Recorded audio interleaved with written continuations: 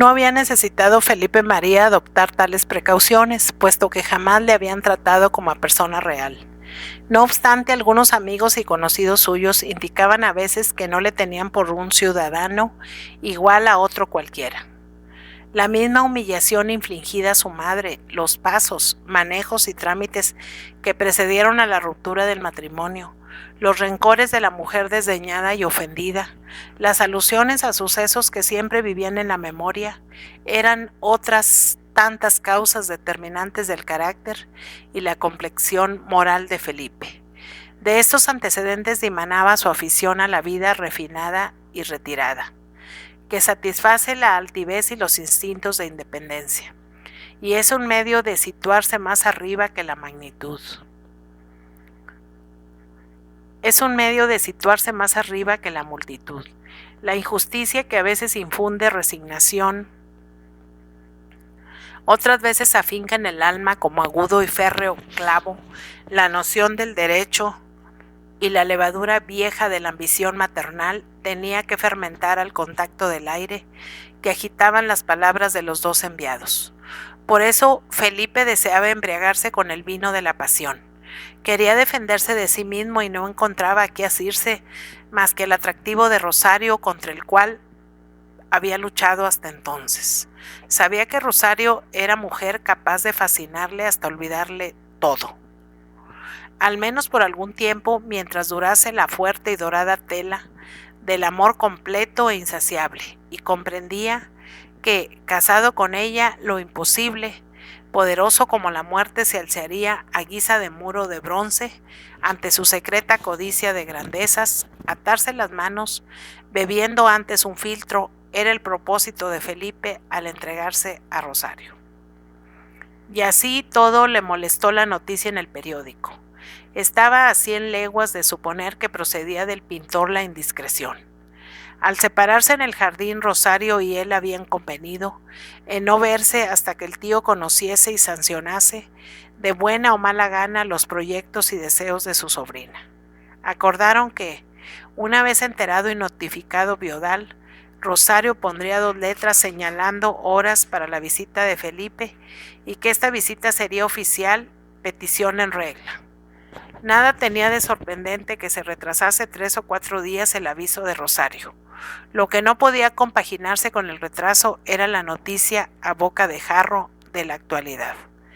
Había anunciado Felipe su resolución de no volver a los 4 elementos, pero no pudo contener la impaciencia y el afán de descifrar el enigma y decidió presentarse en casa de Rosario.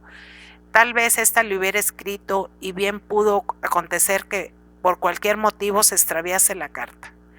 La primera vez que llamó a la puerta de la chilena, contestáronle que la señorita estaba acostada con una jaqueca. La segunda dijéronle que si bien experimentaba mejoría, Rosario no salía aún de sus habitaciones.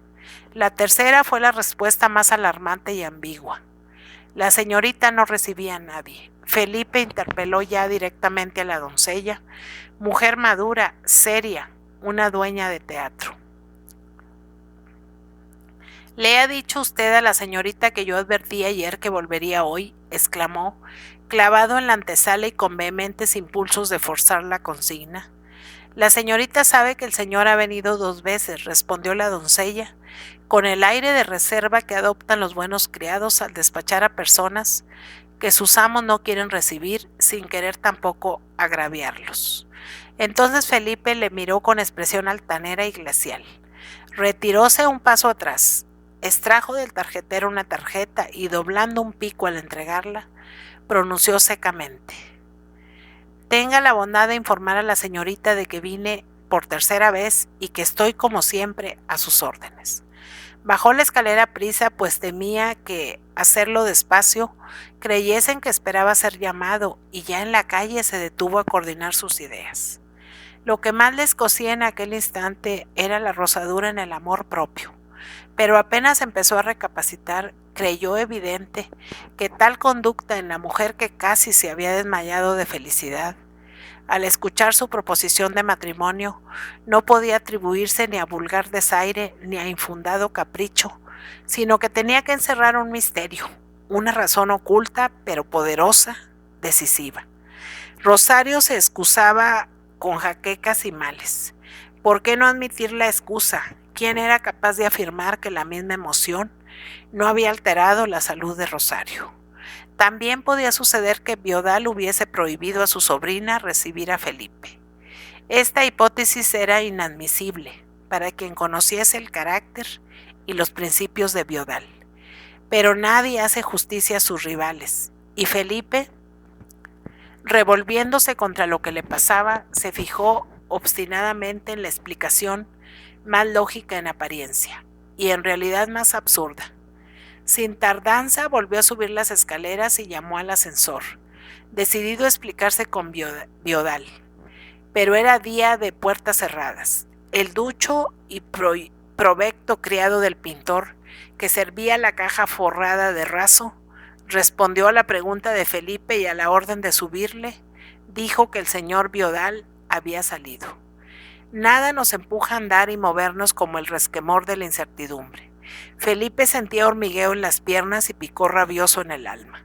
Empezaba a suponer que el tío y la sobrina se concertaban para jugarle aquella partida incomprensible. La idea era enloquecedora.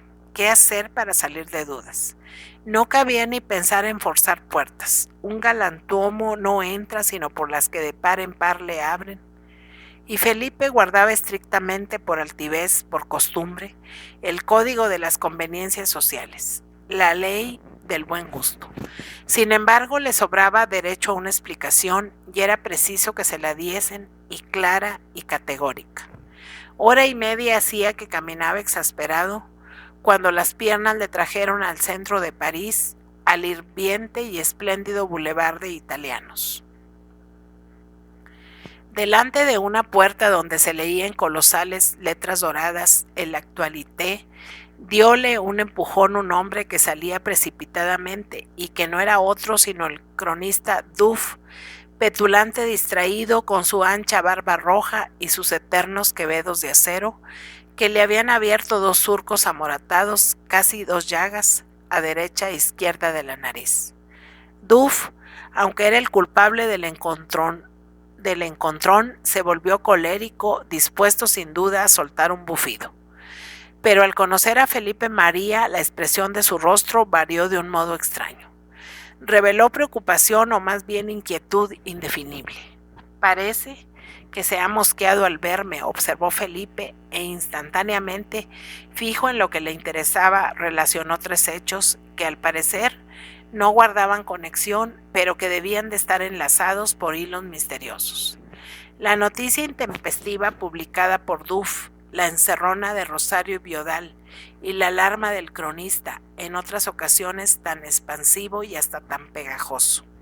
Fue, pues, derecho a Duff y le tendió la mano, demostración a la cual correspondió el otro no sin torpeza y recelo, y después del saludo le interpeló como en bronca. Me alegro de encontrar al pontífice casamentero. ¿Quería usted escabullirse? No vale. Celebro que lo tome usted tan campechanamente, respondió Duff tranquilizándose. La verdad esperaba una filípica. Por la noticia interrogó Felipe aventurándose, resuelto a tirar del hilo y que saliese el ovillo. Justo. Para usted habrá sitio desagradable, lo conozco, pero creo que tampoco a mí me ha sentado bien y el director está que brama. Porque es hombre que tiene la manía de realizar el imposible periodístico de la información impecable, como si un diario fuese un documento. Cada noticia buñuelo le atesta un ataque de bilis. Figúrese usted cómo me habrá puesto, ni por alegar que habiéndomelo dicho Biodal en persona. Ah, exclamó a su pesar Felipe María. ¿Ve usted cómo usted mismo se admira? Vamos, si es de las cosas más extraordinarias. Mucho ojo necesitamos los periodistas. Sí, señor, es mi justificación. Habérselo oído a Biodal, que hablaba bien seriamente. Por fortuna no me lo dijo a solas. Si no, hasta dudaría de mis oídos.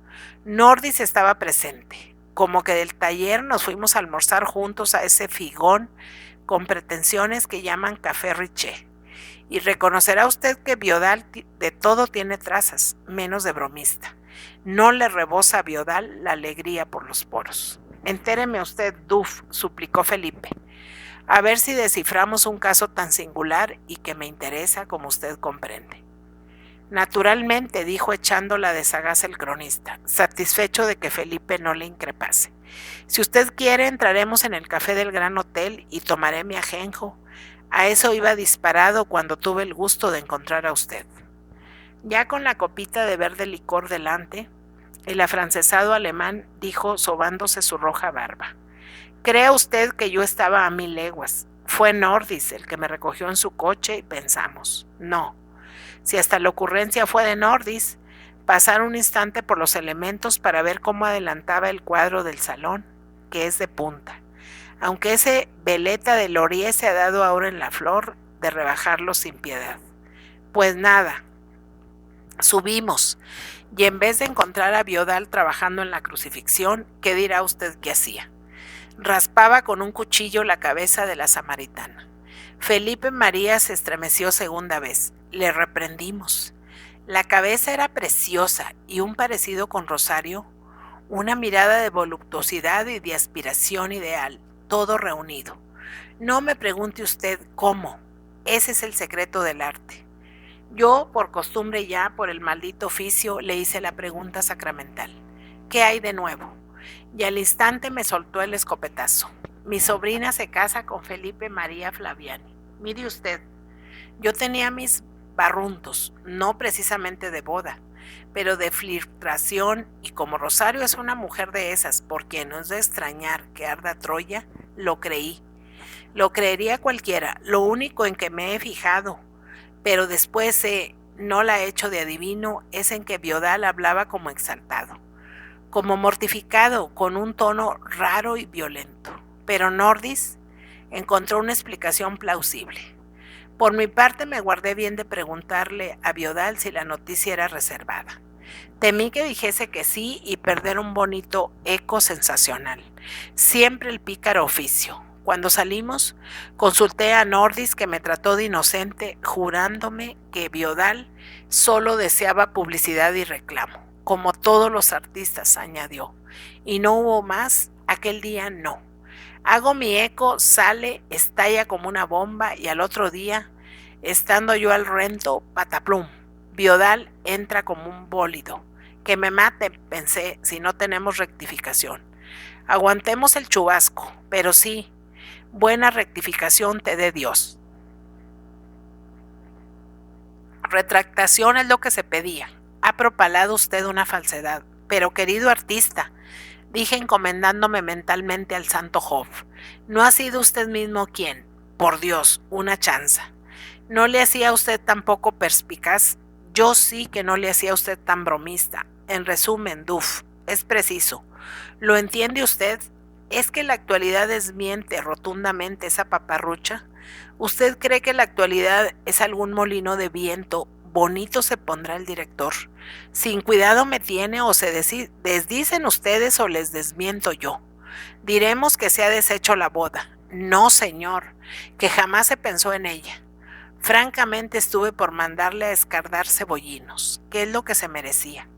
Pero el oficio le tiene a uno ya tan curtido y tan flexibilizado que opté por calmarle, asegurándole que rectificaríamos y rogándole solo que me dejase buscar una fórmula conciliadora para mi amor propio y para la infalibilidad del diario. Vaya un chance, exclamó Felipe, fiándose en la locuacidad del cronista para saber lo demás. Un lance, 2 lances, dirá usted, porque apenas acababa de volver las espaldas el pintor cuando, ¡paf!, me cae encima el otro. Mi colega de Oriente, y qué apremiante venía. Solo que este al menos alegaba razones. No era corto el otro, que después de que tuvo la culpa, Miralla es un mozo de chispa. Miralla vale mucho, asintió Felipe, que tenía el alma pendiente de los labios de Duff. Oh, ese sí. Pues traía la misma pretensión, que desmintiésemos, pero fundada. Y Duff sonrió con una especie de guiño de inteligencia. Sí, fundada, pero siguió viendo que Felipe no respondía sino con otra sonrisa. He visto claro y he comprendido cómo la noticia tenía que molestarle a usted. Usted está en un caso distinto de todo el nutrido. Debo añadir que la actualidad se encuentra dispuesta a hacerle a usted la campaña, no de frente, porque al fin es preciso guardar miramientos a Rusia donde se nos lee mucho, pero con habilidad y bajo cuerda. Yo me encargaré de amansar al director. La actualidad en 3 meses populariza una causa en Europa. Felipe no respiraba casi, ya distinguía la luz que iluminaba aquel negro caos. ¿Y sabe usted que es un chico muy simpático ese Miraya?, insistió Duff. Tiene talento. Conoce nuestra literatura, pero a fondo. Se sabe mis ecos de memoria. Me aseguró que trataba de adaptarse a ese estilo en El Porvenir daciano, un periódico del cual es lástima no entender ni la letra. Así todo, traduciremos algo de su amigo de usted, Miraya. Después de la entrevista con Miraya, ¿ha comprendido usted bien qué?, murmuró Felipe, fingiendo paladear a su vez un sorbo de bitter. He interpretado, declaró con insuficiencia Duff. Basta con pocas palabras. Al buen entendedor. Miraya me suplicó que fuese siempre muy cauto en las noticias referentes al ilustre señor Felipe María de Leonato. Ese sí, pues traía la misma pretensión que desmintiésemos, pero fundada.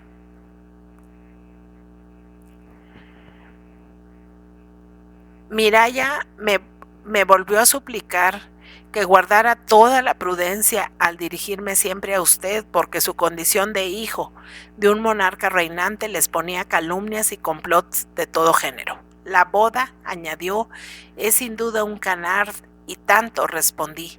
Pero el autor del canard es el tío de la novia y acaba de estar aquí para rogar que la desmintamos. ¿Lo está usted viendo?, gritó Miraya contentísimo. Sí, pero una cosa es que lo vea y otra que me lo explique. El proceder de Biodal es raro, cuando menos. Felipe debe de tener la clave. Le aseguro que no, afirmó Felipe en tono natural. No he visto a Biodal hace por lo menos 8 días y 4 estuve en el taller por última vez. No hablamos nada que importase. Habrá sido una genialidad de artista. ¿De artista o de hombre?, indicó Duff, porque le tenía trastornado el meollo su sobrina. Cuando uno es psicólogo y perro viejo, esas cosas. Reprimióse con esfuerzo Felipe. Duff prosiguió. En fin, me está costando una famosa jaqueca la tal noticia. Por eso me sobresalté al encontrarle. Creí que también usted venía a hostigarme para que desmienta, y como hace días que batallo con el director y no adelanto una pulgada, 3 acometidas le he dado. Por cierto que en una de ellas estaba allí en su despacho el conde de Nordis, que me defendió, que salió garante de mi veracidad, y nada, que la actualidad no es ningún zarandillo, que no vale la pena, que ya se desmentirá por sí misma si la noticia es falsa, que peor para Biodal si gasta bromas necias, y que así se mirarán antes de cantar a un periodista una grilla y comprometer a un periódico serio. Ese es el conflicto, y gracias que no lo agrave usted.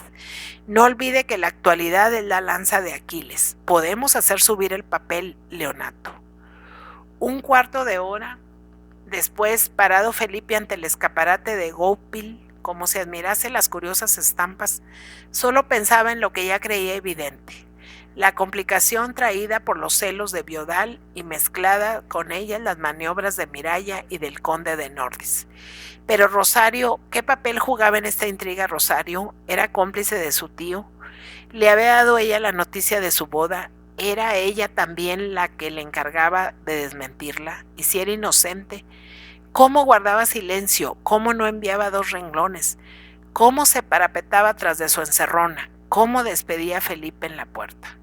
Será preciso acabar de desenredar la madeja, cueste lo que cueste, pensó, mientras la duda y la sospecha cruel le hacían zumbar el cráneo. Capítulo 9. Miraya se insinúa. Felipe tomó un coche para llegar a su casa sin dilación. Encerróse en el despacho biblioteca y, apoyando los codos en la mesa escritorio, pensó, discurrió, redactó mentalmente una carta, la trasladó después al papel y, descontento, pareciéndole que allí no se concentraba bien la médula de su intención, desgarró 2 o 3 borradores. Al fin sacó uno en limpio y, cerrado el sobre, lo selló. hincando en el papel lacre un precioso camafeo griego engarzado en un mango de oro. Después llenó un petit bleu, llamó y encargó a Rodolfo el pronto despacho de ambas misivas, una que debía entregarse en propia mano, otra telegráfica. Como medio de entretener su impaciencia y rastrear algo del misterio en que se envolvían los sucesos más recientes, se le había ocurrido llamar a Sebastián Miralla. El hecho era innegable. A pesar de su repulsa, Miralla seguía considerándole candidato al trono. ¿Qué podía hacer Miralla en París sino continuar sus trabajos iniciados, llevar adelante la conspiración felipista? Después de todo, se decía Felipe, en su lugar, ¿acaso hiciese yo otro tanto? No es obstinación, es patriotismo. En ellos, el no desalentarse y el buscar medio de comprometerme. Miralla recibe sin duda instrucciones y recursos de allá. Lo que me extraña es que no hayan intentado volver a verme. Con qué dureza les recibí. Y la idea de conversar con Miralla causó a Felipe una de esas impresiones de exaltación pasajera y grata que siente la mujer cuando encuentra en alguna parte impensadamente al enamorado que desairó y que la quiere todavía. A Miralla iba dirigida la esquela telegrama. Recordaba las señas del hotel del periodista y con reservada fórmula le señalaba hora para aquella misma noche, y si no, para la mañana siguiente. Al dar este paso, Felipe creía, con cierta buena fe, que obedecía únicamente al deseo de interrogar a Miralla sobre la famosa rectificación. Capaz sería de decir que le calumniaba quien asegurase que, al intentar aproximarse a Miralla, después de una despedida que parecía definitiva, le arrastraba el imán de un sueño de grandeza, el fiat apagado de la voz que se recata en lo más hondo de nuestra ciega voluntad. No se equivocó Miralla en este punto al recibir la tarjeta. Una sonrisa de triunfo brilló en su inteligente y plebeya boca. Muerde el cebo, pronunció en alto, con jubilosa entonación, y 5 minutos antes de la hora señalada, con la puntualidad excesiva que es de rigor en las audiencias, Miralla llamaba a la puerta de Flaviani y decía desenfadadamente: «Anúncieme usted a su Alteza». Y Adolfo, cogiendo la ocasión por los cabellos, se apresuró a anunciar, sin la menor protesta por parte de su amo: «El señor Miralla desea saber si su Alteza puede recibirle». Introducido en el fumadero, Miralla aceptó una taza de café exquisito, una regalía y una copa del famoso coñac de naufragio. Pero momentos después de la llegada del periodista, tocó Felipe el timbre de plata y dio a Adolfo esta orden inverosímil: «Si viene por casualidad Yalomitza, dígale que he salido y no le deje pasar de la puerta». Y Adolfo, criado modelo, no pestañeó al contestar impasible: «Está muy bien». Vacías las diminutas tazas, encendidos los tabacos en el recogimiento de aquel mismo fumadero oriental, en cuyas telas de colorines parecían jugar aún las bravías y estridentes notas arrancadas por el bohemio al violín, y el cántico feroz de Ulrico el Rojo, Felipe dijo a Miralla: «¿Adivina usted la causa por la que le he suplicado que viniese?» «Señor», contestó Miralla pesando sus frases, «mis deseos pueden engañarme y temo que vuestra Alteza me despierte de un sueño halagador. Ah, si vuestra Alteza me llamase para decirme que, en un momento de abnegación, nos otorga lo que le hemos suplicado, el día de hoy sería una gran efeméride en la historia de Dacia. Y por qué no, una inteligencia como la de vuestra Alteza debe de ser el mejor consejero». «Maldito si he pensado en política, Sebasti», respondió Felipe, sin notar que aquellas palabras evasivas dejaban abierta la puerta a todas las suposiciones que Miralla consideraba halagüeñas. «¿Crea usted que la política andaba por las nubes cuando se me ha ocurrido molestar a usted. Entonces también adivino, respondió Miralla, apoyando como al descuido en el significativo adverbio. Apostaría la cabeza a que se trata de cierto eco de la actualidad. Duff, cumpliendo un deber, habrá venido a excusarse con vuestra Alteza. Me pinta usted un Duff visto a través del entusiasmo dacio. No, Miralla. Le tropecé casualmente en el bulevar y platicamos un poco. Plática desagradable, declaró Miralla sencillamente. La noticia era una impertinencia del género nocivo, y tan nocivo. Si yo lo dudase, me bastaría la actitud de Nordis. Sí, Nordis parece que intervino. Por cierto que no me explico bien su papel. Sacudiendo la ceniza, Miralla respondió como si hablase consigo mismo. Bien montada tiene la policía el Gran Duque. 8 horas después de nuestra salida, tomaba el tren para París ese conde de Nordis, que es el brazo derecho y el factotum de nuestro enemigo. La cartera de Nordis venía atestada de letras y billetes, de seguro, porque el gran duque sabe que hay momentos en que un franco vale un Luis. Hágame usted el favor de aclarar todo esto, exclamó Felipe. ¿Para qué ha traído dinero Nordis? Me parece que el combatir la candidatura de una persona que empieza por renunciar no exige grandes dispendios. Señor, el hermano del rey no comprende que vuestra Alteza haya podido renunciar. Le inquieta el movimiento que se ha iniciado en Dacia. Es pasmoso, digo. No, es natural, porque la idea estaba madura y solo faltaba la chispa que inflamase la pólvora. Un ejemplo. El gran duque había prohibido la entrada en Dacia de un solo retrato de vuestra Alteza. Pero yo revolví todos los talleres de fotografía de París a casa de un buen cliché. En casa de Nadar descubrí uno soberbio, de busto, lo que se deseaba, encargo copias.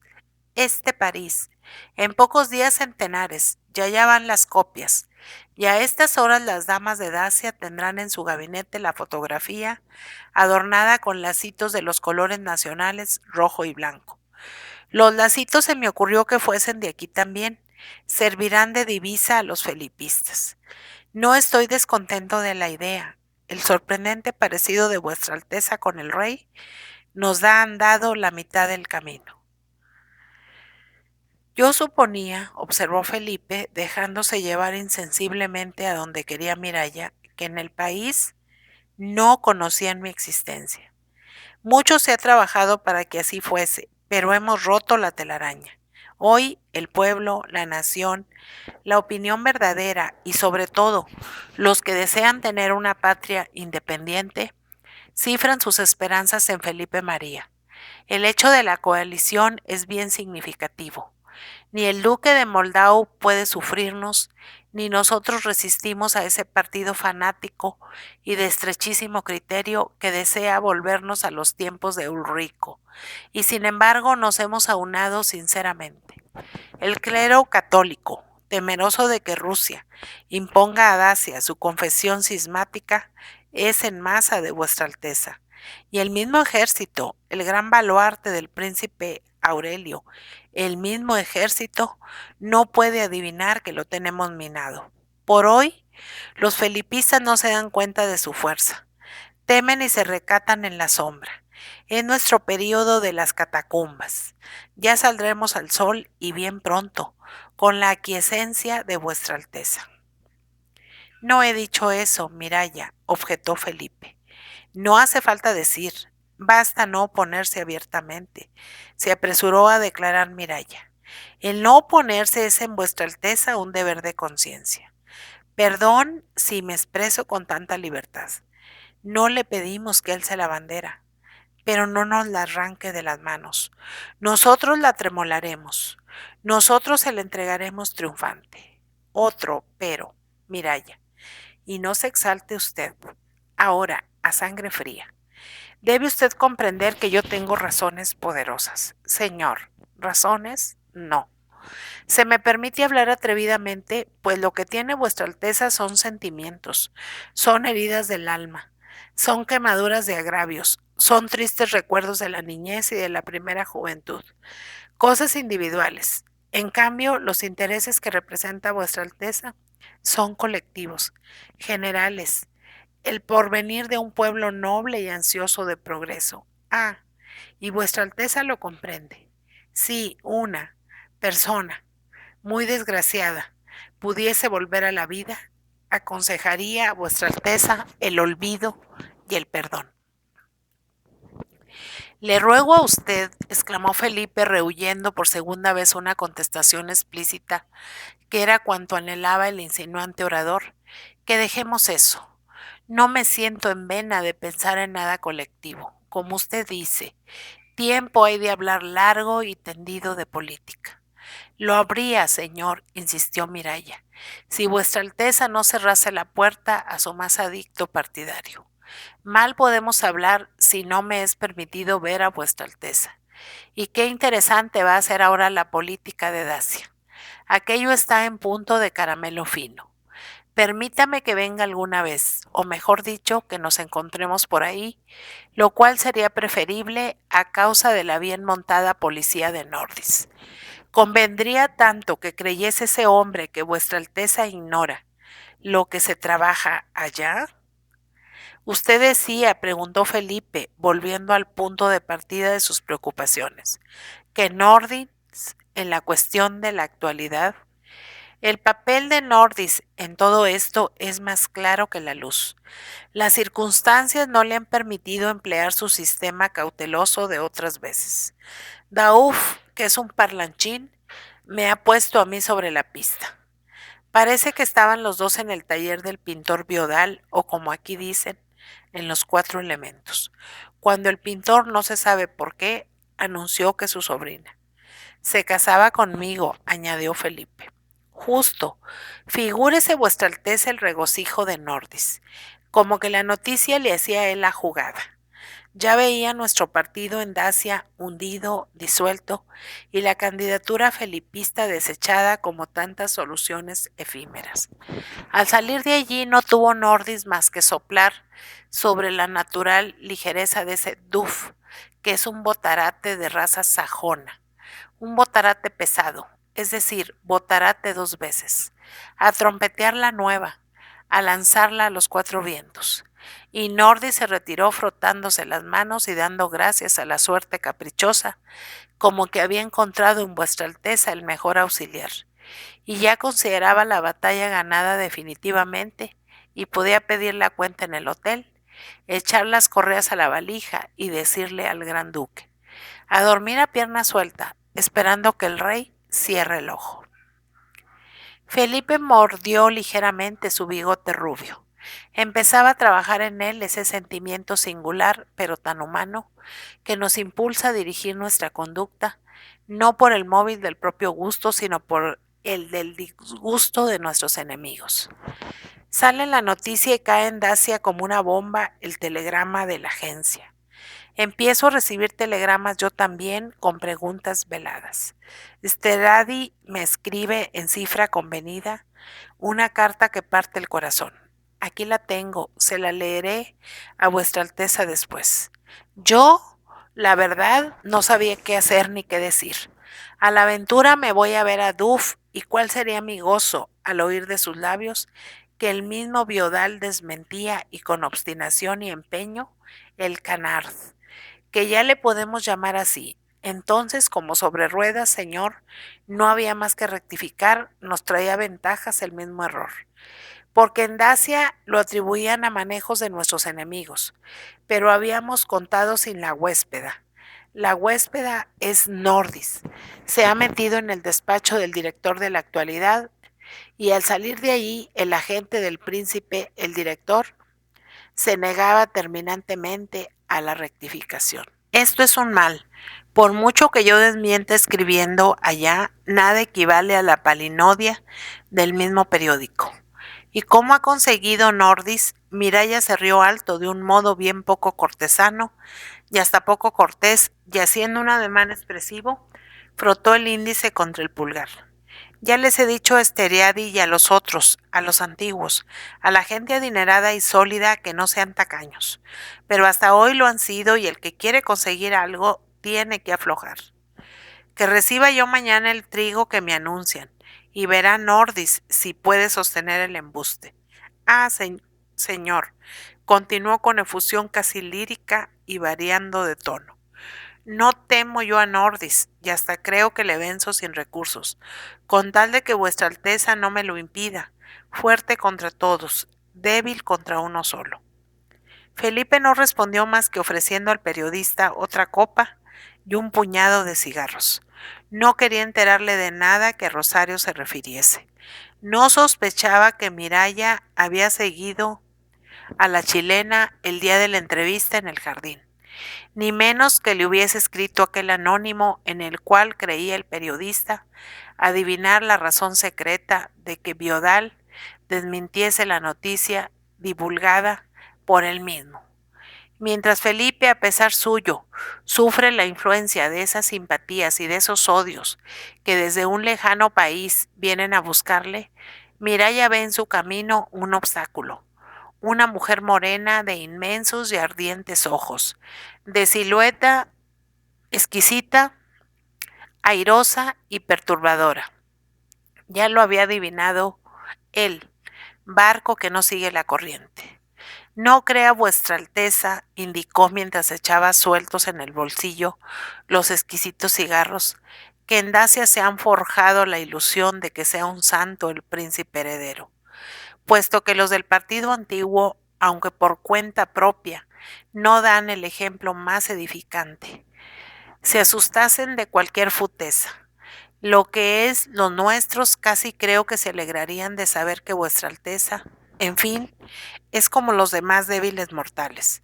No faltaría otra cosa. Las cuestiones de mujer no tienen. Detúvose Miralla porque había visto a Felipe fruncir el ceño y comprendió que estaba en terreno resbaladizo y peligroso. Un matrimonio, en cambio, es tan grave, añadió suspirando como si le apenase la severidad del deber. ¿Y qué se le figura a vuestra Alteza? Que los dacios no habían soñado ya con algo que sería un golpe decisivo. En Blasta se venderán pronto retratos de la princesa de Albania al par que los de vuestra Alteza, con sus correspondientes lacitos blancos y rojos. Albania, sostenida por Austria e Italia desde hace años contra Rusia, es para nosotros el símbolo de la independencia. Unir el Principado de Albania a la corona de Dacia constituye parte de nuestro sueño nacional. Con el enlace albanés, ni 2 meses resiste el partido de Aurelio. Habríamos consolidado el triunfo. En fin, ya sé, señor, que por desgracia somos unos locos, unos ilusos a quienes extravía el amor de la patria. ¿Me permitirá vuestra Alteza el consuelo de hablarle algunas veces o me expulsa ya para siempre? ¿Tiene usted teléfono en el hotel, Miralla? Sí, señor, respondió el periodista estremeciéndose de gozo. Y esperaré todas las mañanas, hasta la 1, las órdenes de mi príncipe.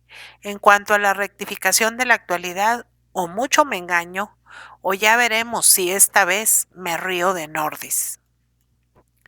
Capítulo 10. Tormenta. El criado de Felipe tenía orden de no volver de casa de Rosario sin respuesta a la carta que llevaba. A fin de evitar que le dijesen que la sobrina de Biodal había salido, escogió la hora de la mañana para entregar la misiva. Volvió poco antes de las 12 y entró a Sas Mohino, en el despacho donde Felipe tenía abierto un libro. Pero no leía, y a la afanosa pregunta de su amo respondió con visible temor de ser reprendido. La señorita Rosario dice que ya contestará. ¿No te ha dado nada? ¿Es que no has aguardado? He aguardado más de 1 hora, y el viejo del ascensor es el que vino 2 veces a decirme que era inútil esperar, que ya mandarían aquí la respuesta. Bien, vete. Una exasperación violenta se apoderó de Felipe. Una ola de ira le inundó el cerebro, quitándole la razón. Quedábale el discernimiento suficiente para comprender que estaba loco, pero no la fuerza de voluntad para dominar el acceso de esa locura. No podía explicarse la conducta de la chilena, y el misterio y el silencio le sacaban de quicio.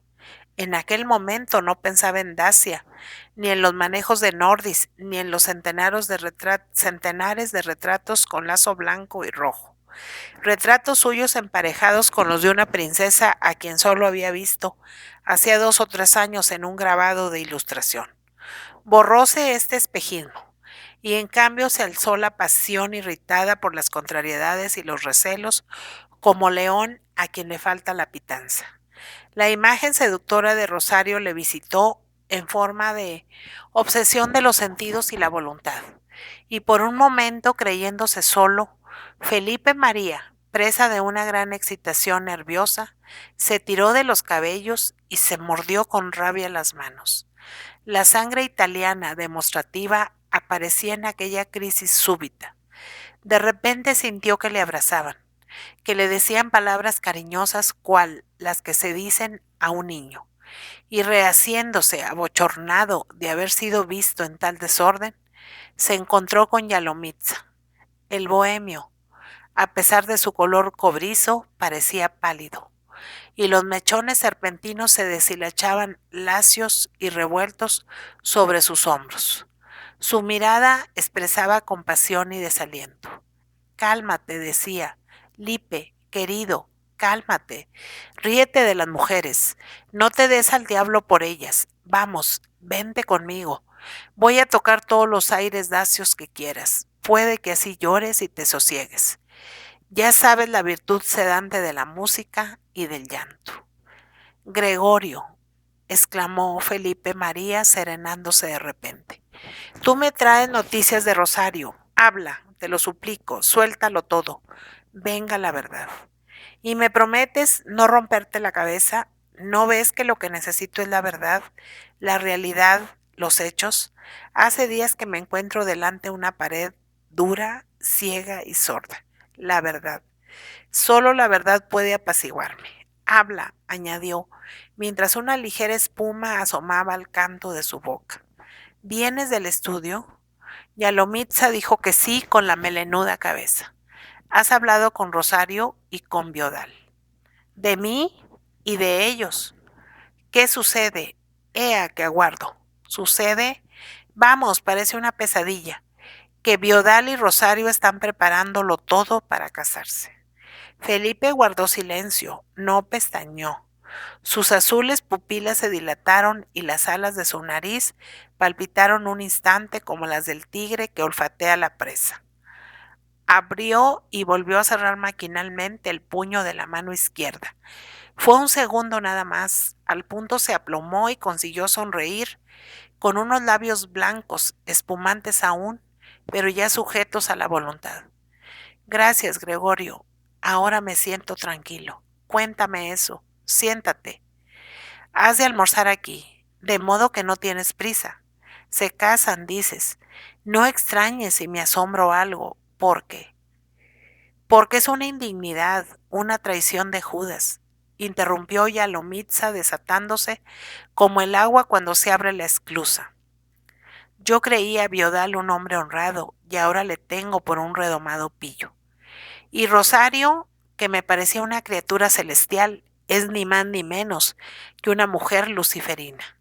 Si supieses, Life, si supieses que hace pocos días, casi puedo decir pocas horas, me prometió a mí mismo, Gregorio Yalomitza en persona, quererte, casarse contigo, y estaba tan alegre, que hasta bailó la danza del chaf, la que bailaba Fatma en la exposición. Felipe cerró los ojos. Una visión deleitosa acababa de recordarle las posturas, los lánguidos movimientos de Rosario en esa danza que a su vista había ejecutado una vez en el taller. Y el recuerdo le quemaba de tal modo el alma que sentía un deseo incontrastable de destrozar alguna cosa, de herir, de matar. Sin embargo, el orgullo le sostenía. No quería parecer ridículo ni débil, y por lo mismo que su estado interior era realmente espantoso, tenía el valor de encerrar lo que sentía y de conservar una calma engañadora en la superficie. Había adoptado en un instante una resolución, y para las personas en quienes el amor propio es firme y ardiente la sensibilidad, la resolución, una vez tomada, responde de la sangre fría absoluta. Ya no se lucha con el pensamiento, ya no hay indecisiones. Solo se necesita energía para realizar lo pensado. Y energía le sobraba en ese caso a Flaviani. La tenía por herencia, como se tiene un rasgo de belleza o una singularidad física. Era el atavismo de la raza real, que no podía faltarle en el momento crítico y que ha sido causa de que los reyes, aunque en la vida diaria se manifiesten irresolutos, blandos de carácter, en las horas supremas recobren un vigor, una fortaleza y una dignidad que son admiración de la historia cuando narra la muerte de un Carlos I o de un Luis XVI. Si lo que pensaba ejecutar Felipe es lo que suele ocurrírsele a los celosos, la manera de realizarlo fue una prueba de dominio sobre sí mismo, de fuerza soberana. La frialdad de que se revistió repentinamente hubiese engañado no a Yalomitza, que no era difícil de engañar, sino al más sagaz de los observadores. Gregorio, dijo, consiguiendo igualar absolutamente el metal de voz, no te exaltes y entérame bien y despacio de todo eso que has averiguado. Mira, ya se me pasó el berrinche. No tengo nada que oponer a la voluntad de Rosario. Si quiere casarse con su tío, pero como la noticia es inesperada, hasta dudaré de ella y creeré que has entendido mal. Si no me informas de lo que has averiguado y visto, quizás se trata de una alucinación o de una aprensión o de una broma de taller. Ay, Lipe, cuando te pones así me crispas los nervios. Te prefiero cuando pateas y te tiras del pelo y echas espuma. Entonces me gustas más. No parece sino que Yalomitza es algún babieca.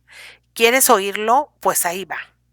Entro en los 4 elementos y lo primero que me echo a la cara es Rosario, con la túnica color de azafrán de la samaritana y a Biodal rehaciendo la cabeza que había borrado con el cuchillo. Ella volvió la cara, supongo que por no verme. Remordimientos. Y él, muy contento, me consultó acerca de la expresión del rostro que en su opinión había ganado. Entonces yo, inocentemente, fundándome en el suelto que había leído en la actualidad, voy y digo como la cosa más sencilla. Ese cuadro será regalo de boda. Rosario?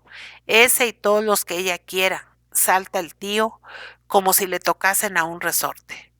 Pero mi futura, añadió con una especie de retintín, tiene demasiado gusto para no preferir a los cuadros de su novio los de Milais. Y ayer me han propuesto comprar uno, que es una cosa espléndida.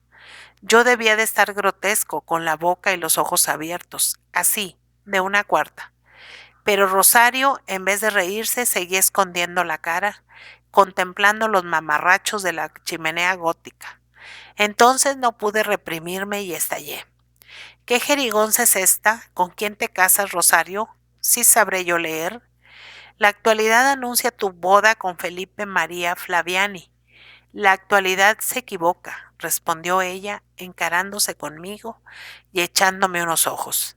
¡Qué ojazos! 2 volcanes. No entiendo. A ver, repite. Repito que me casaré con Jorge y que no veo motivo de asombro en ello, Gregorio, porque se me figura que le quiero lo bastante. ¿Es de veras? Pregunté a Biodal. Rosario lo ha resuelto, contestó hipócritamente, como si yo no supiese que es él quien la está asediando toda la vida. Eso es tan exacto, Gregorio, declaró con yerta indiferencia Felipe, que la gente ha llegado a suponer otras cosas peores. ¿No las has oído tú? Francamente, tartamudeó el bohemio. Oírlas, sí, pero las he creído siempre maldades. Y ahora, Yalomitza, ¿qué piensas? Dímelo en tu conciencia y en tu alma. Ahora, no, No es posible, Felipe. Aquellos ojos, aquella cara. Mentir hasta tal punto, Felipe, me sangra el alma de pensar que esa criatura tan hermosa. Pues no decías hace 3 minutos que era una mujer luciferina. Veleta, oye, Gregorio, en todo esto no hay más que una cosa mala e intolerable. Que ese pintor en tan buena inteligencia con su sobrina se haya permitido anunciar en los periódicos que yo me casaba con ella. Pero es Biodal quien, exclamó atónito el bohemio. En persona, lo sé de cierto, con datos irrecusables. Ya ves que esto no puede pasar. Muy dueña es Rosario de querer a quien le plazca y su tío de casarse con ella. Pero no de ponerme a mí en berlina, ignoro con qué fines, ni me importa. El hecho me basta y el hecho me obliga a tomar mis medidas. Es una burla indigna, una farsa indecente. Ese Biodal debe de estar loco, gritó Yalomitza enfurecido. Loco o no, en fin, ya despejaremos la incógnita. Hazme el favor, Gregorio, de pasar al fumadero y espérame allí. Que te den pipas, que te sirvan coñac. Dentro de un cuarto de hora almorzaremos. No hagas un disparate, Lipe. Ríete de los bribones y de las serpientes bonitas también. No tengas miedo. Anda, fuma y espérame. Solo ya Felipe escribió 3 cartas. La primera, dirigida a Jorge Biodal, era seca, sonora y brutal como un bofetón. Ningún hombre que tuviese sangre en las venas la recibiría sin encenderse en furor y aceptar el reto. La acción de lanzar a la publicidad la noticia de una boda, estando concertada otra para la misma mujer, y siendo el propalador de la noticia de su enlace con otro hombre, el mismo que tenía dispuesto casarse con ella, recibía los calificativos más insultantes y duros. Y en el párrafo final, Felipe anunciaba al pintor la visita de 2 caballeros que irían no a debatir la ofensa, sino a ponerse de acuerdo para la reparación. Si no quiere usted que redoble mi desprecio hacia el proveedor de canards de la prensa parisiense, admitirá usted sin objeción mis condiciones para este lance. El tono de la carta era el mismo desde las primeras líneas, agresivo y feroz, a fin de que Biodal no pudiese desconocer el propósito de Felipe o aparentar que lo desconocía. Que entienda bien que la burla no quedará impune. Cerrada la misiva para Biodal, Felipe María escribió otras 2. Una al marqués de Sillery, antiguo amigo suyo, clubman, otra a un joven oficial de Husares, Carlos Daubé, a quien había conocido en Arcachón, mozo valiente, ligero de cascos y puntilloso en casos de honra. Encargábales a los 2 que solicitasen de Biodal una reparación, pero seria, hasta que uno de los adversarios quedase inutilizado de verdad. Al dejar la pluma respiró mejor y aprisa buscó en el cajón más secreto del pupitre una fotografía de Rosario. Magnífica prueba en que la chilena lucía el disfraz romántico de española que llevaba en el baile de trajes. La chaquetilla torera, la faja, el calañés torcido, la redecilla que recoge el crespo cabello. Al mirar aquella imagen sintió vértigo Felipe. Las líneas tentadoras del hermoso cuerpo, la luminosa sonrisa, los ojos grandes como abismos de placer, le causaron un paroxismo de rabia y le hicieron rechinar los dientes como un preciso que ve la gloria. Desgarró el retrato y lo pateó. Recobrando después su máscara de tranquilidad, pasó al fumadero y 10 minutos más tarde almorzaban él y el bohemio mano a mano, mientras las cartas iban a su dirección, calladas y rectas, como van las balas en el combate. Capítulo 11. El rayo. Rosario estaba sola en el vasto hall. Por instinto había ido a acurrucarse junto al fuego. Sentía aquella mañana, en lugar de la amarga embriaguez de sacrificio de los días anteriores, un cansancio, como una náusea invencible de su abnegación. La causa era sencilla. No era preciso quebrarse mucho la cabeza para adivinarla. Hasta la víspera ningún detalle había recordado a Rosario que el hombre a quien miraba como a su padre iba a adquirir sobre ella otra clase de derechos.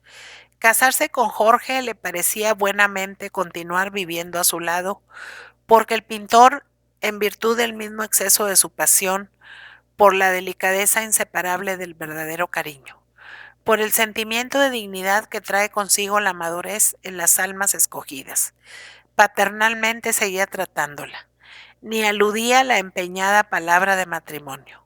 En la conversación con Yalomitza fue la misma Rosario quien, por un alarde de estoicismo y para quemar sus llaves y dar parte a Felipe de que estaba libre, había puesto en conocimiento del bohemio sus planes de boda. Mas la víspera recibió Viodal una carta que le agitó extrañamente. Rosario, que la vio llegar, sospechó que era de Felipe. Conocía la forma y el color del papel, el sello, todo. Por primera vez pensó que había hecho mal en irritar a su enamorado con el silencio y el abandono mutuo que parecía desdén. Comprendió que no basta cerrar los ojos y echarse al precipicio, sino que hay que mirar cómo se cae para no arrastrar consigo a los demás. Caviló en que debía de ser terrible la cólera de Felipe y que podía recaer en Viodal fulminante e implacable. Adivinó en suma lo que no era difícil adivinar.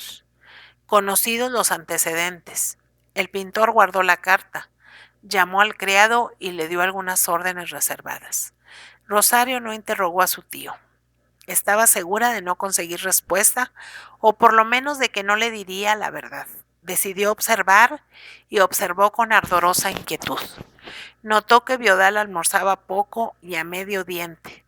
Reparó también en que, después de haber almorzado, en vez de volverse al hall para trabajar en una figura que tenía bien planteada en el cuadro, se retiraba a sus habitaciones y salía de ellas vestido de calle, con sobretodo claro, de cuello de castor, sombrero de copa, guantes y paraguas. A las 3 de la tarde le veía regresar acompañado del Loriese y del conde de Nordis. Como Rosario pretendiese subir con ellos al estudio, se opuso el pintor alegando que esperaban a una señora norteamericana, una aficionada atraída por Loriese, y que la presencia de una señorita, sobrina del artista, sería embarazosa para la probable compradora de los 2 o 3 cuadros de Caballete que todavía conservaba Viodal en su estudio. Un buen negocio, nena, no me espantes a la clienta. Ya te avisaré cuando puedas volver.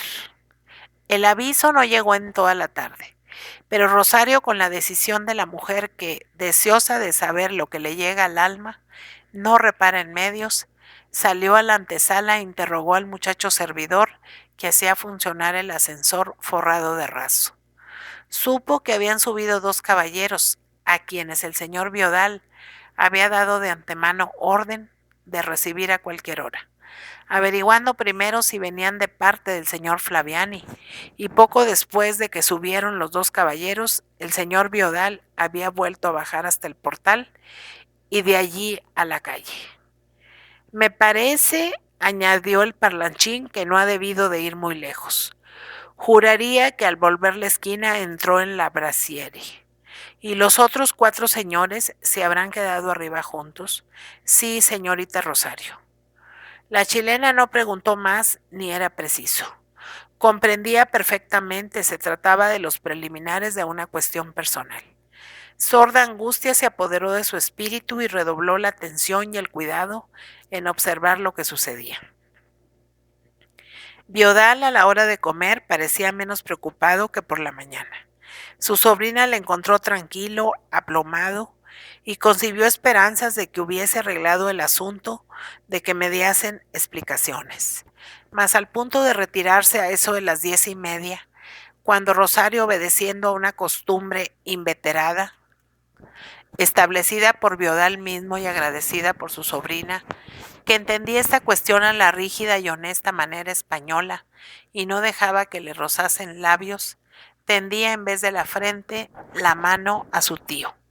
El pintor, con repentino arranque, se acercó a la muchacha, cogió su cabeza y, a bulto sobre los ojos, la besó con ardor, con una especie de frenesí. Rosario, trémula, hizo ademán de desviarse, pero ya Biodal se había encerrado en su cuarto con llave y cerrojo. Es que se bate mañana, no hay duda, pensó la chilena. Sin embargo, no bastó tal pensamiento para impedir que al llegar a su tocador se limpiase el rostro, los párpados, la mejilla, deseando borrar las huellas de la caricia. Borrar. Si Biodal no sucumbía en el duelo, Rosario tendría que ser su esposa. Su esposa. ¿Por qué no contaba con esto? ¿Acaso era una niña inocente criada entre monjas? Si había figurado que Biodal no la quería de aquel modo, que la adoraba al estilo de santo o de viejo caduco, Rosario no se acostó en toda la terrible noche. No hubiese dormido. Valía más acurrucarse en el sillón. A cosa de la una, cruzó el pasillo andando en puntillas y vio una línea de luz bajo la puerta de su tío. Pegó el oído a las tablas. Biodal trasteaba, abría y cerraba los cajones, sin duda esos preparativos que se hacen en vísperas de un grave empeño, en que se juega la vida. Rosario se volvió a su cuarto temblando de frío y de terror. Rendida se adormeció un poco. A la madrugada despertó despavorida. Creyó oír que andaban muy despacio por el saloncito que dividía sus habitaciones de las de Biodal. El suelo crujió un instante. Después el ruido cesó y a los 3 segundos oyó que se cerraba la puerta de salida. Entonces Rosario estuvo a punto de gritar, de salir a la escalera. ¿Por qué no lo había hecho antes? En aquel instante comprendía la causa. No lo había hecho por no provocar en Biodal otra explosión de temible cariño, por no verse en el caso de que, revelándose su alma, saliese a la superficie lo que se había propuesto ocultar, dominar, hasta suprimir. El amor invencible, el amor loco por Felipe María, el impulso de todo su ser que la llevaba hacia el abandonado y la apartaba del elegido. Qué horrible motivo el de su silencio, y no era otro. No cabía que Rosario se engañase, ya leía, descifraba, entendía su propio corazón. Quería a Felipe, lo quería por encima de todo, del honor, de la dignidad, de la generosidad, de la razón y de las consideraciones del porvenir. Lo quería a toda costa y la repulsión que sentía hacia cualquiera que no fuese él era la señal más clara del cautiverio de su albedrío. ¿Qué iba a suceder en el duelo? ¿Qué suerte correría Biodal, a quien Rosario deseaba todos los bienes, todas las dichas, excepto una? Envuelta en amplia bata de franela, abrigada con larga boa de zorro azul y tiritando así todo, Rosario subió al hall. La luz del día, entrando descolorida y mustia por los altos vidrios, parecía que en vez de calentar aumentaba las glaciales sensaciones del que no ha dormido a gusto ni se ha desayunado y tiene llena de ansiedad el alma. Arrimada a la lumbre que no conseguía entibiar el granizo de sus yertos pies y sus amoratadas manos, abismada, encogida, revolviendo en la cabeza qué planes cabían allí, sino ideas incoherentes, Rosario esperaba. Bajo la campana esculpida alzaba suaves llamaradas la seca leña. Los pájaros, despertados por la luz, chillaban y gorjeaban gozosos sobre el acuario transparente. La ninfa de mármol sonreía. Las plantas trepaban en gracioso desorden, contentas de no haber sufrido relente ni escarcha. Y aquella reducción del mundo físico asistía a la explosión de un dolor humano, con la misma indiferencia con que asiste el planeta al espectáculo de los innumerables dolores de toda la humanidad. De pronto Rosario salió del sitial donde yacía.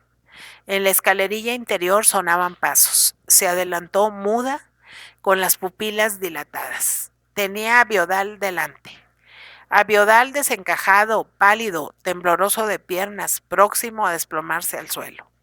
«Tú», exclamó Rosario, al fin recobrando el habla. «Tú». «Yo». «Rosario, escucha». No escuchaba. Estaba como Lela, ¿Cómo no se le había ocurrido hasta aquel mismo instante que podía volver Biodal sano y salvo y quedar Felipe allá tendido sobre la ensangrentada hierba? Era concebible que no hubiese pensado en tal contingencia, que solo imaginase desdichas y peligros para Biodal. Tú, repetía sin acertar a desenvolverse de aquella única palabra. Rosario, nena, perdón, rogó Biodal cruzando las manos. Me vas a aborrecer. No supe lo que hice. Ese hombre me había insultado tanto. Estuve fuera de mí. Así y todo te aseguro que no quería hacerle daño grave, defender mi vida y un rasguño para lección. Pero ayer ese Nordis me enseñó una estocada maestra y en el calor del lance, al ver que él buscaba mi pecho, busqué yo el suyo. Rosario, perdón, no me mires así. Ha sido una desgracia, una fatalidad. ¿Le has matado? Preguntó concisamente la chilena. Tal vez quedó muy mal herido. No sé si llegará a su casa con vida. Rosario, Rosario, me provocó, te lo juro. ¿Quieres leer la carta indigna que recibí ayer? Y sé por el conde de Nordis que a ti te difamaba. Eso fue lo que más me sacó de quicio. Rosario, mi niña, no me huyas. Ay, Dios mío, ¿a dónde vas? Sin contestar, Rosario corrió hacia la escalera de caracol y se precipitó por ella. Biodal la siguió aterrado. A la triste luz de la reciente tragedia veía bien toda la verdad. La ciega pasión de su sobrina, la imposibilidad de ser ya para ella más que un enemigo, un ser odioso, aborrecible, el matador de Flaviani. Vio a Rosario entrar disparada en sus habitaciones y no se atrevió, como jamás se atrevía, pues el exceso de la pasión le hacía exagerar estas pudibundeces en el trato familiar, a pisar aquel recinto sagrado. Quedóse en el umbral anheloso, clamando aún de tiempo en tiempo. Rosario, Rosario, por Dios, mira, no ha muerto, querida. Enviaremos a saber qué dicen los médicos. Rosario apareció trágica, con paso automático. Venía vestida de calle, y si se puede llamar vestirse, haberse colgado una falda y metido los brazos de la chaqueta de nutria, cuyos últimos botones abrochaba por instinto, maquinalmente. Su rostro, mortalmente pálido, asomaba entre el marco de un rebocillo de encaje negro tocado que solía preferir por coquetería la chilena, y que en aquel instante el aturdimiento y la prisa habían arrojado sin aliño sobre su cabeza despeinada y ardorosa. No llevaba guantes, pero sí un saquillo de cuero de Rusia en las manos y su calzado, a pesar del piso cubierto de nieve en que iban a apoyarse sus pies, era el mismo zapatito de charol que traía por casa, sobre las mismas medias de seda negra con bordados azules. «Estás loca, ¿qué es eso? ¿A dónde vas?», preguntó Biodal, queriendo alardear de autoridad paterna. Rosario le miró sin cólera, con mucha elocuencia en los grandes ojos, y desviándole con un movimiento de la mano, dijo tranquilamente: «A su casa». Parte 2. Capítulo 1. Ercolani. El nido en que se refugiaron Rosario y Felipe María cuando a este le condenaron los médicos a completar la curación de su grave herida respirando aires de campo, es una villita de construcción y fecha reciente, pero, como veremos, de antiguo estilo, enclavada en el pedazo de paraíso que forma la península de Mónaco, ceñida en torno por el cinturón de terciopelo turquí del Mediterráneo. En tan diminuto estadillo, con su ejército de muñecas que no llega a 100 soldados, se reúne más gente rica, antojadiza y desocupada que en los ámbitos de una gran nación. Y las quintas y las villas construidas por hábiles especuladores o por millonarios, hartos del mundanal ruido y ansiosos de quietud, son en su género obras de arte, realzadas por una espléndida naturaleza que no abruma con su exuberancia como las de los trópicos, un paisaje todo armonía y luz, todo nobleza de líneas y suavidad de tonos, unas olas y unas playas finas que evocan los sueños claros y ligeros de la Grecia clásica. La villita se hallaba más próxima a Rocabruna que a la capital de Mónaco, en una de las gentiles escotaduras del Golfo de Génova, y si a sus espaldas se extendía trepando por las vertientes de la montañuela un bosque poblado de cedros, limoneros, palmeras y olivos. Los jardines iban descendiendo por medio de una serie de terrazas escalonadas hasta la playa misma, anfiteatro de rubia arena que, como el engaste de un zafiro, cerca una ensenadilla siempre dormida, siempre transparente y azul.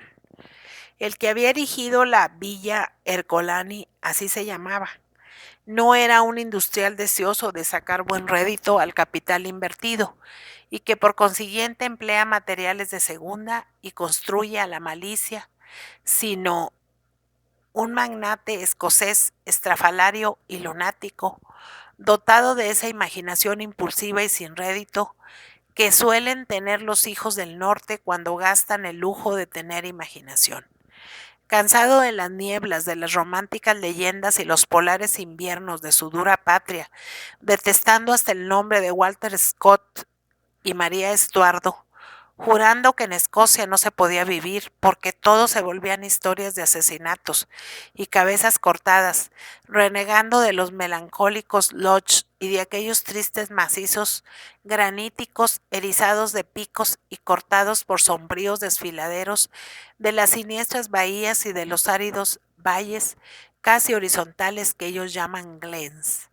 Entenebrecida el aleta por la salvaje rudeza de Caledonia, creyó disipar los negros vapores que le envolvían, residiendo en un país que ni tuviese crónicas, ni tradiciones, ni recuerdos. Un país joven, apacible, meridional, y para mejor olvidar las brumas y los espectros de la tierra alta, propusóse saturarse de paganismo, según sus manías estéticas que le proponían como ideal la cultura helénica y latina. En realizar el capricho se gastó bastantes millones el señorón. Viajó por Italia y Grecia. Dirigió excavaciones, desenterró o compró a peso de oro estatuas, columnas, mármoles y mosaicos, y no aprobó el plano de la villa hasta que le pareció digno de su ensueño. El resultado fue maravilloso. Los fragmentos, los restos arqueológicos que en las salas y galerías de los museos parecen tan fríos y tan descabalados, adquirieron, al destacarse sobre un cielo purísimo, al lucir sobre un intenso fondo de vegetación, todo su encanto peculiar. La columna de alabastro acanalada con su capitel de intrincadas volutas se alzó firme y briosa entre el follaje de los gradados y los mirtos. El vaso de rotas asas con su bacanal esculpida en alto relieve se completó al engalanarlo una caprichosa enredadera. Y el busto de Pan o la figurilla de la ninfa agreste parecieron vivos y hablaron misterioso lenguaje bajo la tibia sombra de los árboles cubiertos de dorado líquen o en el fondo de la gruta donde las peñas resuman el hilo sutil de agua cristalina. Con estos despojos de una edad artística, la villa ganó lo único que falta al ideal país de Mónaco, algo que recuerde el pasado, algo histórico, pero que no evoque memorias de dolor y de sangre, sino de nobleza, poesía y heroísmo. En memoria del templo de Hércules que se cree existía donde hoy está Mónaco, el escocés impuso a su locura el nombre de Villa Ercolani.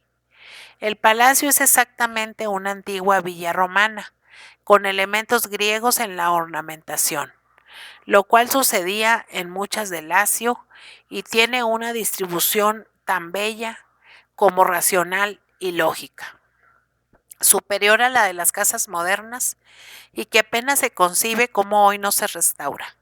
No le faltaba ni su vestíbulo donde hacían la guardia dos esfinges de jade, ni el desahogado atrio que cerca espaciosa columnata con el impluvio que recoge el agita llovediza del compluvio y el terso estanque donde se supone que el visitador ha de lavarse los empolvados pies, ni el peristilo con otro estanque y otra columnata más fina y gallarda, aunque la primera, ni el triclinio con su ninfio en el centro.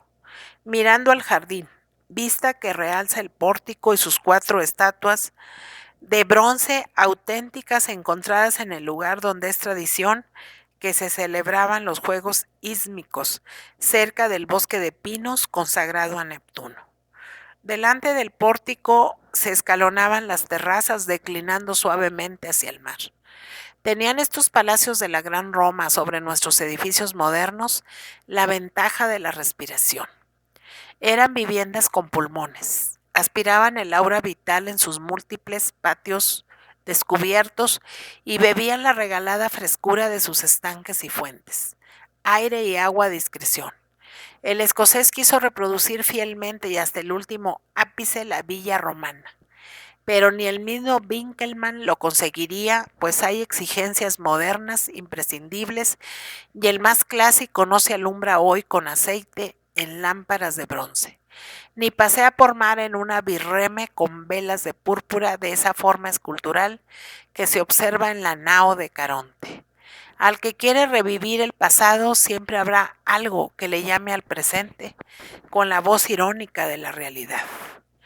En el mobiliario, sobre todo, vióse precisado el escocés a transigir con lo que detestaba. No logró, por más fuerza que hiciese, por más dinero que derrochase, amueblar la villa Ercolani como podría estarlo la de Horacio o la de Augusto.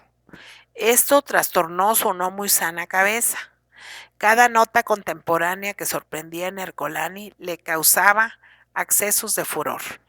Llegó al extremo de despedir a un criado porque dejó un periódico sobre la mesa de jaspe sostenida en ancas de león de bronce de las antiguallas más auténticas que la villa encerraba. Un día que cierto célebre artista inglés, rival de Leighton, calificó la villa Ercolani de bonito pasticio, su dueño pidió el coche, hizo la maleta y abandonó para siempre aquellos lugares donde se dejaba malgastada la mitad de su caudal. Ya casi arruinado por la villa, hundido después a causa de otros despilfarros no menos fantásticos y estupendos, hubo de vender por un pedazo de pan la folie. Y el fondista de Mónaco que la adquirió empezó a hacer buen negocio, alquilándola muy cara por 2 años a Felipe María Flaviani, para quien acababa de descubrir aquel verdadero tesoro, Sebasti Miralla, el periodista. La luna de miel de Rosario y Felipe era llena, radiante, deliciosa. Tenía el aroma y la forma perfecta de una de las áureas naranjas que con la mano podían cogerse desde las gradas de amarillento mármol lesbio del pórtico. Habían llegado a Ercolani de una sentada desde París, sin querer detenerse en Ventimiglia ni en Niza, haciendo el viaje con las manos asidas y los ojos en los ojos, sonriendo sin querer, en el transporte de una dicha, de esas que no se miden. Hasta que descansaron en la villa no se dieron cuenta de lo que pasaba ni paladearon gota a gota la impresión, realmente inefable para los enamorados, de encontrarse juntos, solos y lejos del universo.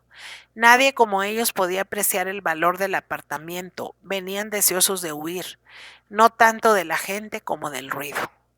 La gente, desde el momento en que Rosario, con ciega intrepidez, se instaló a la cabecera de Felipe moribundo, fue despedida en la antesala por el inteligente Adolfo, que, al aliciente de las propinas de Miralla, supo dejar con un palmo de narices a los curiosos, a los noticieros de periódico y hasta a los amigos de Felipe, sin más excepción que Yalomitza y, por supuesto, Miralla también. Miralla, que aprovechó aquella desgracia para crearse un puesto propio en la casa de Felipe y en la intimidad de Rosario, a quien ayudó en la asistencia, velando como ella todas las noches. De lo que deseaban emanciparse era del bullicio parisiense, del vértigo de una populosa capital y de aquella repentina celebridad de sus amoríos, compuesta de todos los elementos de ironía, escepticismo, curiosidad malévola y fingido interés, lo que más hiere y lastima el corazón. Estorbábales también en París la sombra de Jorge Biodal, desesperado, enfermo y por último fugitivo. El pintor había acabado por irse a Mallorca, no pudiendo soportar la vergüenza y el dolor de que su sobrina habitase bajo el techo de Felipe y el remordimiento de haberla impedido a este paso, hiriendo al joven Flaviani. Mensajes y cartas fueron inútiles para conseguir que Rosario volviese a su hogar. Estaba resuelta a no moverse del lado de Felipe, y así se lo hizo saber a su tío en terminantes palabras. Convencido ya Biodal de que no salvaría a Rosario, levantó la casa y desbarató el estudio. Acrecentaba su perenne tristeza la vista de los 4 elementos abandonados desde que la chilena faltaba de allí. Las flores secándose, los peces subiendo muertos, panza al aire, a la superficie del acuario, las aves con el bebedero vacío y hasta el fuego mal encendido con leña verde. Antes Rosario cuidaba de los menores detalles, vigilando e inspeccionando a encargados y a sirvientes, y ahora el pintor, a las preguntas de estos, solo contestaba encogiéndose de hombros como si dijese: todo me es igual, ya puede llevárselo el diablo. Al fin, en uno de esos saltos repentinos de la voluntad exasperada por un constante suplicio, Biodal cortó las tradiciones queridas de su existencia y vendió cuanto adornaba el taller: la ninfa del acuario, la soberbia chimenea, los tapices, hasta las flores. Fueron llevándose poco a poco aquellos objetos familiares que cada uno encerraba 1000 recuerdos. Ya había recogido, por así decirlo, el amado ambiente de Rosario sin más equipaje que sus pinceles, dejando el famoso cuadro de la crucifixión enrollado en la buhardilla, donde depositó unos cuantos muebles que no pudo vender. Biodal salió de París y se embarcó para las Baleares, donde esperaba domar con el ejercicio y anestesiar con el aire libre esa inquietud punzante que nos impulsa a mudar de sitio sin mudar de dolor. Fue la retirada de Biodal anterior a la mejoría decisiva y completa de Felipe.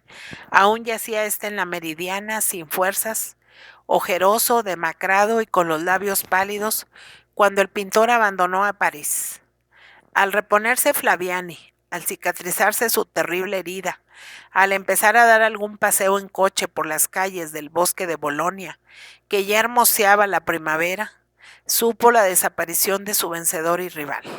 Observó a Rosario y no vio en sus ojos ni sombra de pena cuando contó Yalomitza cómo habían sido dispersados los 4 elementos. Era, sin embargo, el ayer de la chilena, lo santo de su vida, lo alegre y lo puro de su juventud, eso que algún comprador desconocido y antojadizo acababa de llevarse en el cáliz de una rosa o en la pluma de un pájaro. A los 2 minutos Rosario charlaba y reía, sin aludir a la conversación pasada.